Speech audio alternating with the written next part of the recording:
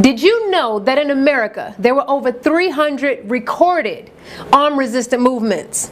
Yes, from the brave warriors of the Bacon Rebellion, the Stono Rebellion, Nat Turner, to the ingenious plots of Denmark Vesey and Gabriel Prosser. We're going to look at one of the largest movements, the Louisiana Uprising of 1811, and how they came very, very close in creating a black republic, a land of freedom, true democracy, and protection from European oppression.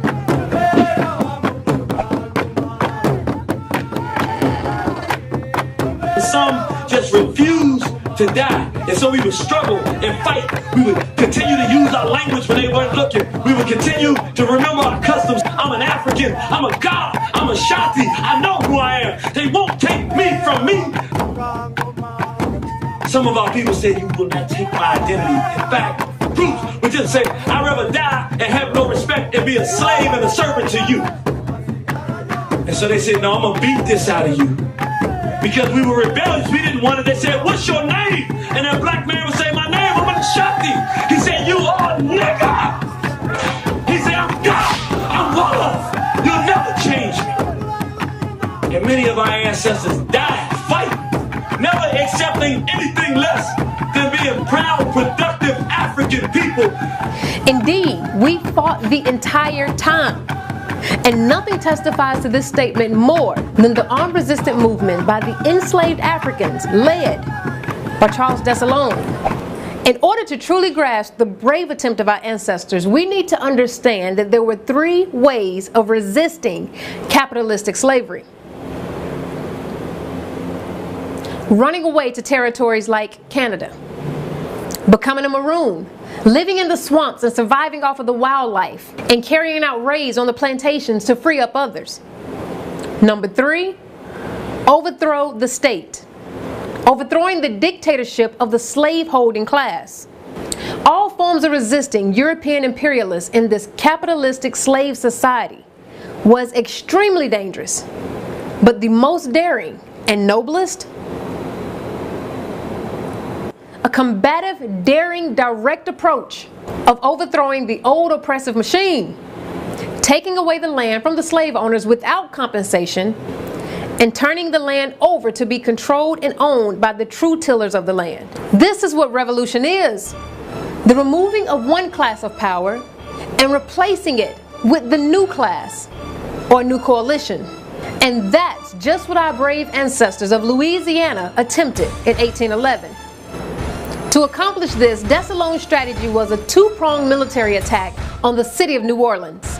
One prong of the attack was for the enslaved Africans joined with the maroon communities to move from plantation to plantation along the Mississippi River.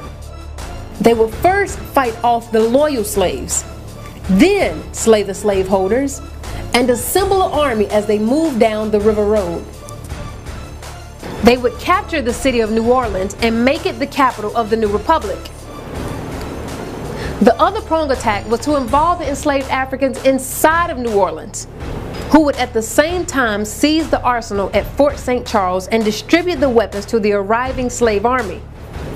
Under Dessalines' directions, New Orleans would serve as the base of a liberated zone where slaves from all over the South could come to gain their freedom.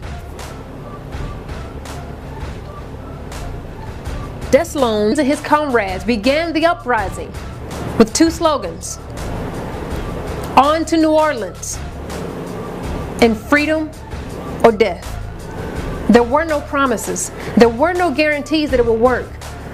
But under this tyranny, it was better to fight than to die under their oppressive rule. Late that evening on the German coast, about 26 miles outside of New Orleans, the uprising began. Here at this spot, this is the former Colonel Manuel Andrews plantation. Today it's called the city of La Place. On this land, which was about 4,000 acres, the rebels had as their objective to capture New Orleans to build an independent black republic. This was a powerful revolt involving over 500 Africans from 50 different African nations. Starting at the Audrey plantation, enslaved Africans traveled all night and throughout the day, marching from plantation to plantation, killing slave owners. Here is the grave of Francois Trepanier, who was one of the most brutal and oppressive slave owners.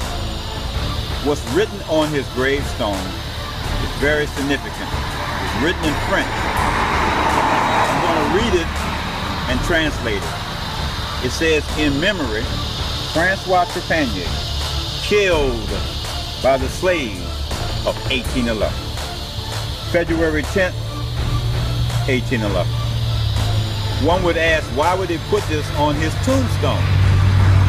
They put this on his tombstone, the U.S. militia and his family, as a means to make him a hero.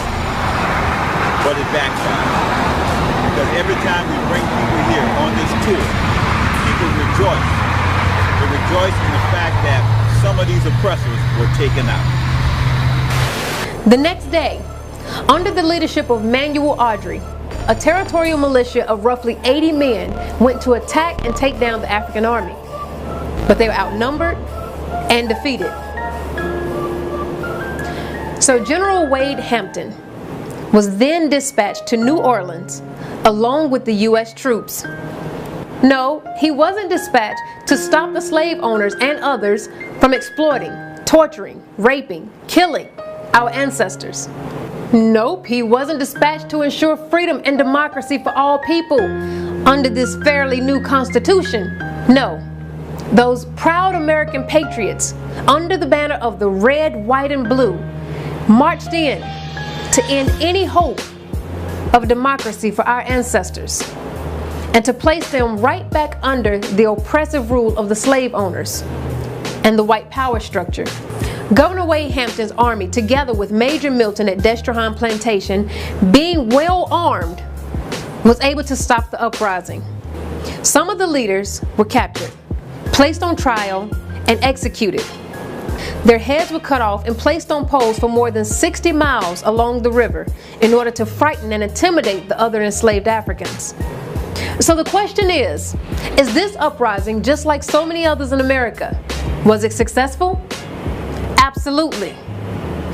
They did not achieve their goal of creating a true democracy, but it did show future generations to resist and continue fighting when your civilization is being attacked. Later that year, the Africans rose up, and this was followed in 1812 by a new round of plots and revolts inside the city of New Orleans. Over the next several decades, the resistance escalated until finally the children and the grandchildren of the 1811 revolutionary Africans would triumph and defeat the dictatorship of the slave-holding class in the Civil War. Understand that when any African, whether enslaved or free, fought to liberate themselves, seek land, and come from under European oppression, it jeopardized the very wealth system of what Europeans were creating with this exploitation. And this meant death. So yes, any revolutionary African that put forth an effort to create change by simply having the audacity to fight is considered a success in my book. And all of our ancestors that died trying to create a better situation for themselves and future generations, which includes you and I, deserves our honor and our respect.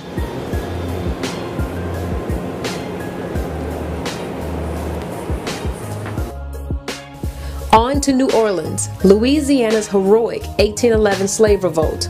This book includes in-depth information and documents pertaining to our revolutionary ancestors and their heroic fight for freedom.